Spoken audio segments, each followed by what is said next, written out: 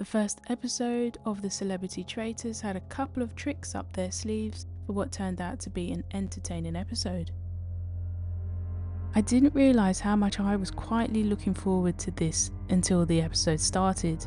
This must have been the first time in quite a while that I had this genuine excitement for any celebrity version of a show, let alone a Traitors edition. It helped that I recognised many of the celebrities, but that wasn't the only thing. Something felt different, from the scene showing Stephen standing in the road to the cars driving away from the castle. Production were trying to sprinkle something extra on top of a now very well known format. We have 19 celebrities vying for up to £100,000 for their charity. Straight from the off, the competition started, but slightly differently before they had even entered the castle. The players were driven off to a mission that wasn't a money mission. It was a chance to save themselves from murder. 6 shields up for grabs. They just needed to be amongst the first 6 to find it by digging up a grave that bared their name. Nick went to help Celia find a shield instead of looking for his own, something that probably took longer than he might have expected. The lucky 6 were Jonathan, Joe Marler. Joe then found the other Joe's shield, Kate, Charlotte and Celia, though Nick was the one who actually found it. Alan thought he had a shield, but it was just a stone. This should have been a warning of how much I was going to end up laughing during this episode. In my preview video, I wanted Tom, Celia and Nico to be traitors, and that if there were 4 traitors, then I would want either Alan or Claire. I thought Stephen and at least one of the other comedians would be picked, but I was surprised Stephen actually wanted to be a faithful. Even though I wanted 4 to be picked with the amount of players, 3 seemed to be the more likely number picked. Jonathan, Kat and Alan were the ones picked, so I have already got my first prediction wrong in thinking Stephen would be picked as a traitor. I thought he would be a dead cert. I wouldn't have bet my life savings, but I was heavily convinced. Such a bad start from me. While the 3 that I wanted weren't picked, Alan, who I did want as a 4th pick, is. I knew Alan would be good for comedic value and he didn't disappoint, talking about his sweating problem and his inability to keep a secret. What am I gonna do? Oh God, I'm so nervous. I'm worse than Linda. I am worse than Linda. I'd probably sweat loads and have a... 2 roses. 2 roses.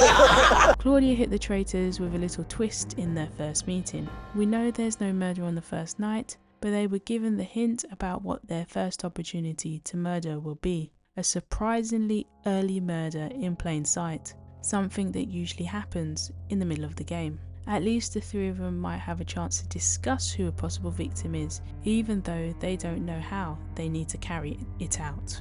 Or maybe it would just be a case of go for the first faithful that doesn't have the shield. For the first proper mission, we had the Trojan Horse mission that has been used on different versions but with different elements. Claire and Tom took a leadership role in where people should be placed and tips for those that were pulling. Massive props to Celia pushing along with some of the big boys. The players had 30 minutes to pull and push the horse, stopping at 4 gates where they needed to complete something to get through the gates. At the first gate, Claire made a massive mistake by pulling the lever before they had agreed on an answer. This meant in order to open the gate, someone needed to give up their shield. It also meant that she was going to be suspected for trying to sabotage the mission and have someone give up their shield. What made me laugh was that Claire kept looking at production when apologising, almost like she was hoping for a redo.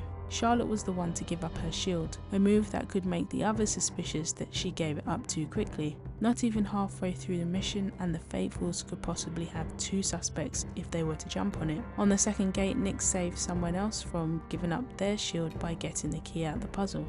Between Alan and Nick, they figured out the correct words to stand on at the third gate. Tom had looked at the symbols at each gate but couldn't remember one, so he ended up running back to find out to complete the 4th gate. Tom the Olympian lit the torch and set alight the wooden horse, which meant £15,000 was added to the prize pot.